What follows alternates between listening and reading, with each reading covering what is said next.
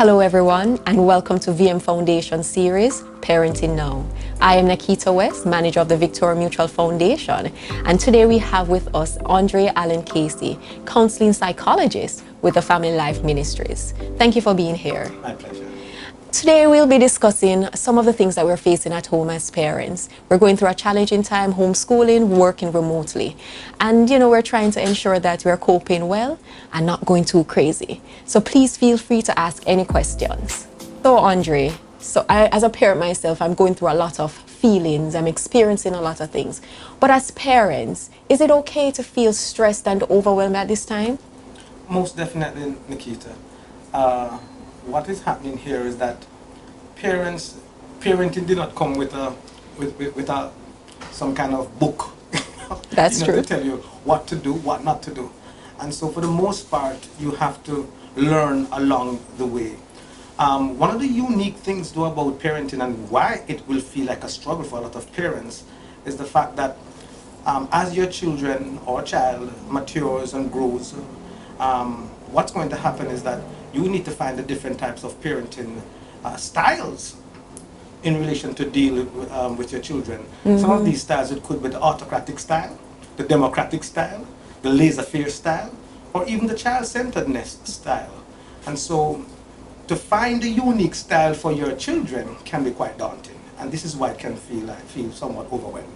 So just give me a little example for our viewers, example of some of these styles, because I don't want to hear that I'm too autocratic in some instances, but tell us a little bit to see how we could even apply some of them. Okay. Well, the laissez-faire style kind of just said, well, I'm a mother.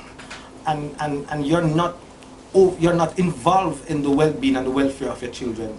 You just allow them to do as whatever.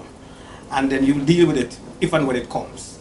The democratic style is where you check in with them and get feedback from them about what you're doing. So they too have some type of input in relation to their own nurturing. The autocratic style, of course, which I suspect most parents do in Jamaica, is my way or the highway. I hope we don't, but... So we really don't want to hear, children must be seen but not heard. That's more the autocratic style. And the child-centeredness style now speaks to the fact that it seems as if the tail is wagging the head. So the child pretty much give the dictates about how that child must be nurtured. So if the child cry, you're there to satisfy the child and everything. It's almost like what is called helicopter parenting. So you're there literal for every need of that child. All the child have to say, and you're right there to help, to support everything about the child. So the child pretty much drives your functionality and actions. So it's interesting, that you said that because, as a parent myself, I'm comparing and looking at what I'm doing. And for some reason, now being at home with my child, I'm kind of a lot more in tune, always was, but a lot more in tune to ensure that when I'm working, she's okay, know that she's being homeschooled, as best as I can. But, the child-centered approach sounds a lot more than that. And I hope that what I heard you saying though is that it depends on what you're experiencing at home, and some of it can be applied in different instances. Is that correct? Yeah, that too. that is correct. Remember though, as the child matures and grows, then you're going to have to find the ideal parenting style to match the development of that child or children. So that's why parenting can be a little bit daunting.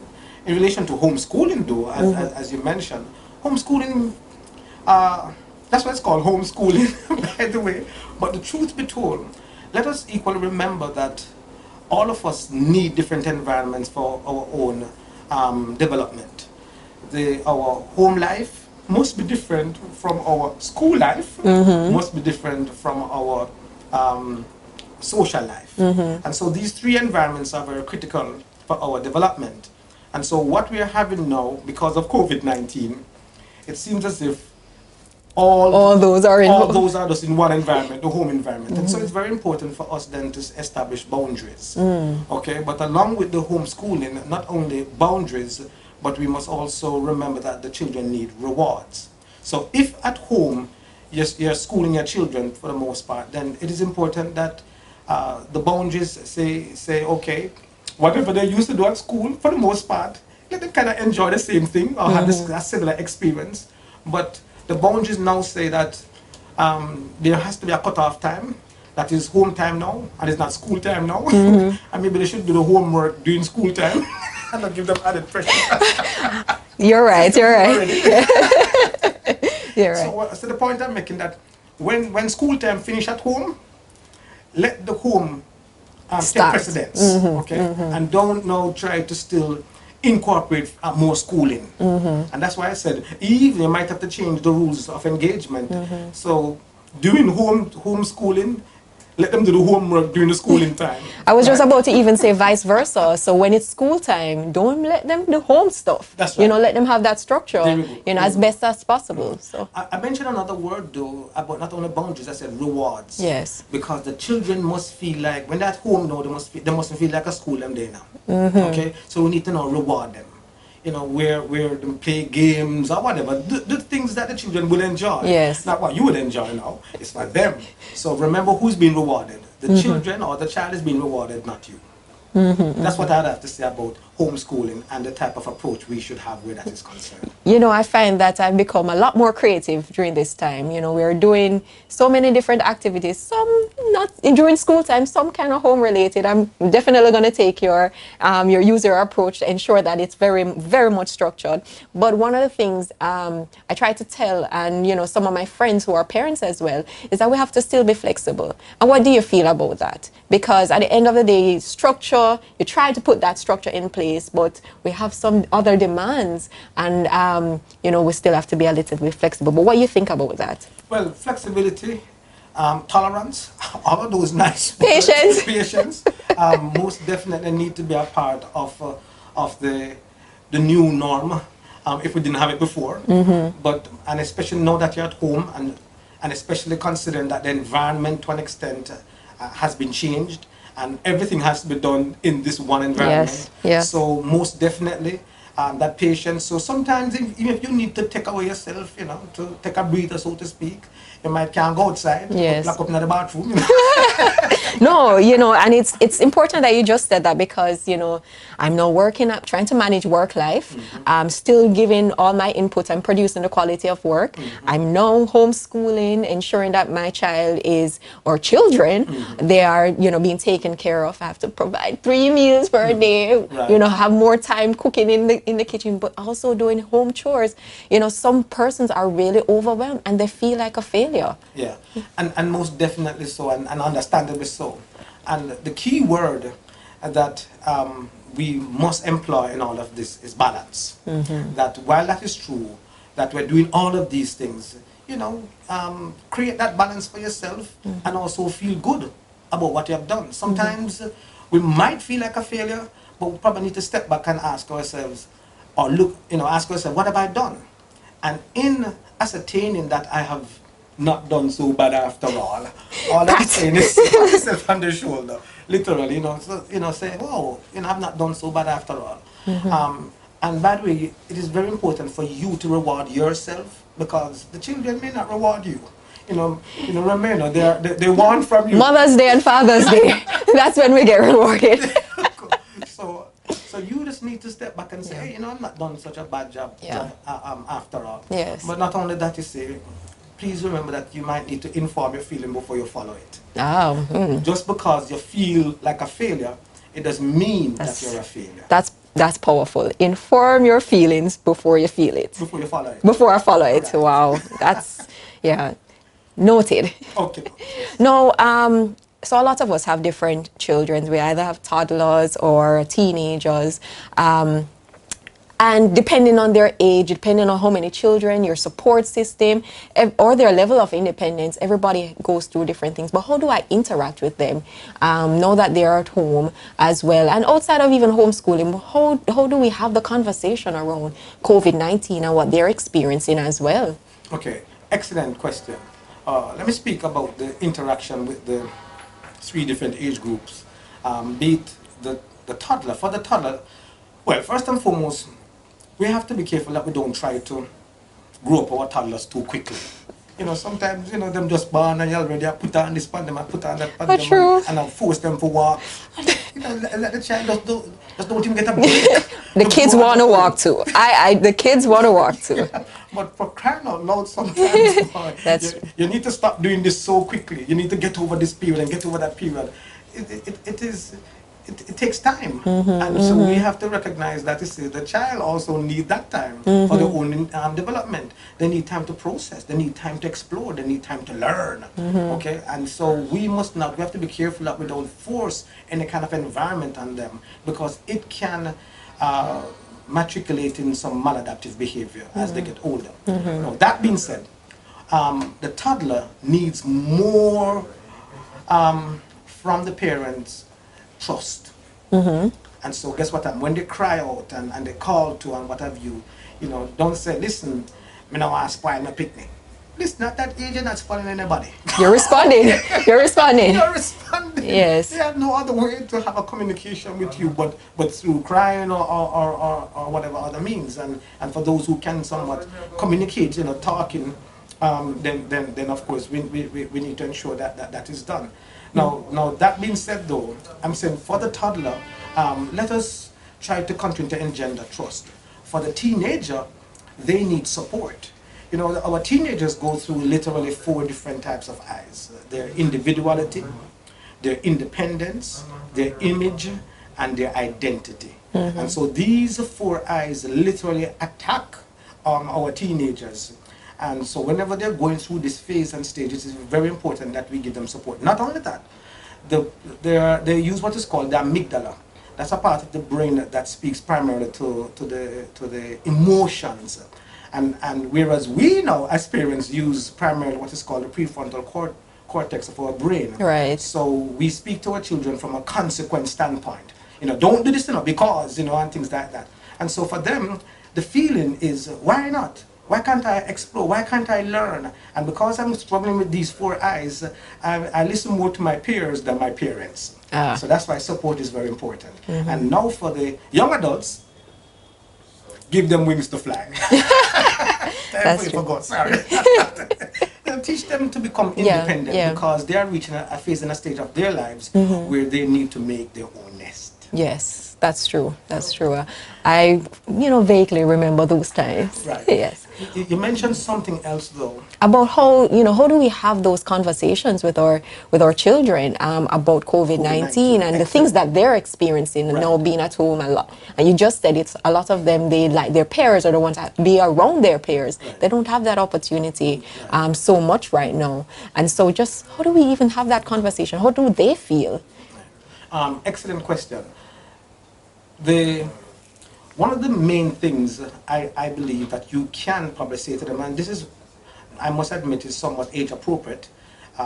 So depending on the age of your child, right. You can have a conversation, something like this, that speak to do good unto others as you'd have them do to you.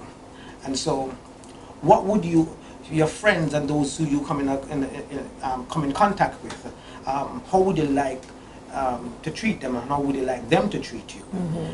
If they had this virus, would you want them to give it to you? If you had that virus, would you want to give it to them? And 9 out of 10 times they're going to say no, because we're talking about because they are friends. Right. Okay. Not their enemies, no. Friends are not foes. Because they might tell you, yes, I want, I want to give it to my foe. But no. So we're talking about friends. But we're talking about what is the appropriate action during this time for our children. And I'm saying by doing some kind of role playing with them, giving them that kind of role play, they will come to an understanding that what is the appropriate thing I should do or should not do, and they should come up with the rules of engagement. In other words, they can say, something, you're so right, mommy, you're so right, daddy. I should not, if they are my friends, and since I wouldn't want to do this to them, and I hope they wouldn't want to do this to me. Right. What can I do to protect them? Right. Since I must do unto others, I'll have them do unto me. How can I protect them? How can they protect me? And so you ask them the question, and they hopefully will come up with some ideas. Because why we want them to come up with the ideas? Because it is theirs. Yes. And they will own it. And they will not only remember it, but execute it. Whereas if you tell them you need to do this, you need to do that, you need to do that, then again, it is you to them and not necessarily their own. Right. So can you imagine they come up and say, you know what that means? It means that I can't go too close to my friends, because I don't want to give them the virus. I cannot, I have to stay at a distance and say hello. Yes. I have to, and so can you imagine they are the ones who are coming up with those things about how to relate to their friends, and it's a little bit more effective. Yes, and it's also engaging their problem-solving skills and being creative as Excellent. well. And so once they come up with the ideas, they are a part of it. They own it. They feel like this is mine. That's wonderful, wonderful. Now, some of us don't have the opportunity to work remotely. Some of us still have to go to work, especially our essential workers. And, we have to come back home to our family. Some of our families may be elderly. Some of our families may have high-risk illnesses. I don't want to place my family at risk. How do I deal with thoughts about that? How do I work through that situation that I have to face every day? This is probably the shortest answer you're going to get to this question. Probably the hardest question, but the shortest answer you're going to get. Check your ESP. Check your ESP every minute. What is my ESP? Yes, tell me. I must see myself taking care of myself. I must see myself taking care of myself emotionally, spiritually, and physically. My ESP. Now, unique to the statement is the fact that it says, I must see. Not you must see, not even what you tell me, not even what the job says to me, or even the government for that matter. Okay? It is what I must see. I must see myself taking care of myself. See, once you're able to take care of yourself, you're in a better position to render support and love and care to those who are dearest to you. But it begins with what? You taking care of me. Now, you must believe it. Incumbent with you believing is the word self-efficacy and emotional intelligence. And all I'm saying here, you must believe that you can take care of yourself.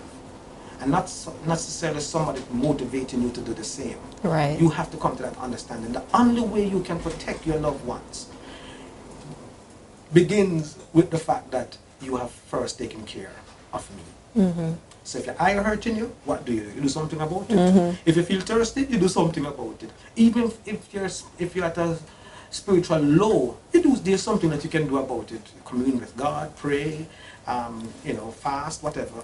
That's all I'm saying. And so we know how to take care of ourselves physically. We know how to take care of ourselves spiritually. I think our challenge is taking care of ourselves emotionally. And we need to utilize the requisite skill sets to ensure that I'm able to cope, that I'm able to function, that I'm able to come to work, do what I need to do physically, but also recognize that in taking care of me, if I'm not going to put myself into an environment where I'm going to cause myself or others pain. I'm not going to put myself in an environment that's where I'm going to cause myself and others pain.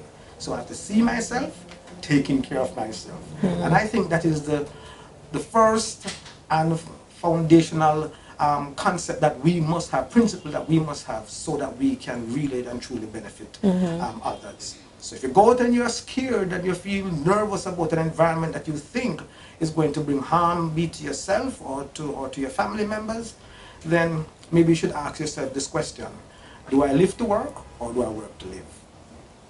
Wow, powerful, powerful, powerful. A lot of us need to take better care of ourselves.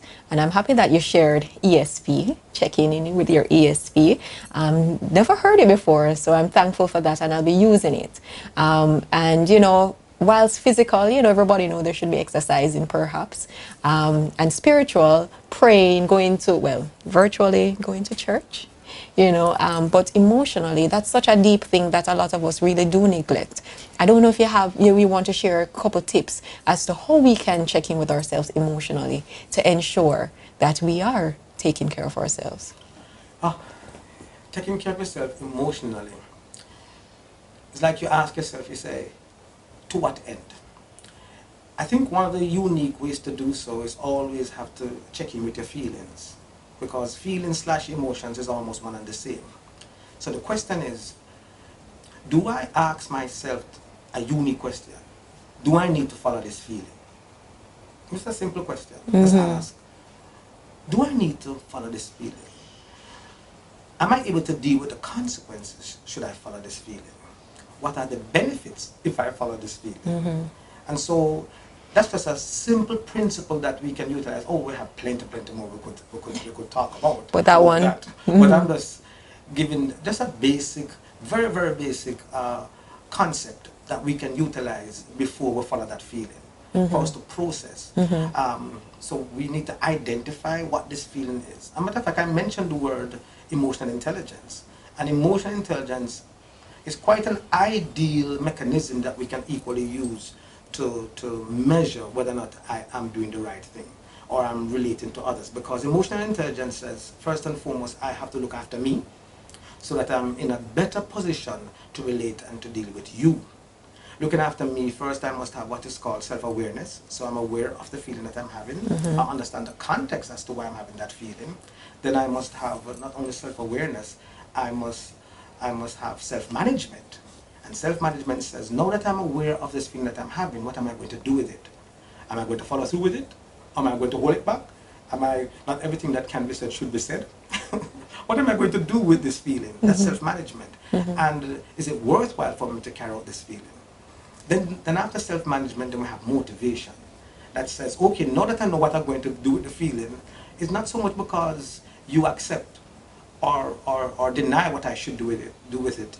I am convinced that I'm going to operate in this way. I'm motivated, self-motivated. So a person's opinion of me doesn't identify who I am. Motivation. And then after motivation, you have empathy. Because you're not here in this world by yourself. yes, So which now means that we don't live in isolation. We don't live in isolation. We have to relate to others. Yes. And a key component to relating to others is to have empathy, which is the next point. You have to know and understand other person's context, their feelings, and the next word is social skills.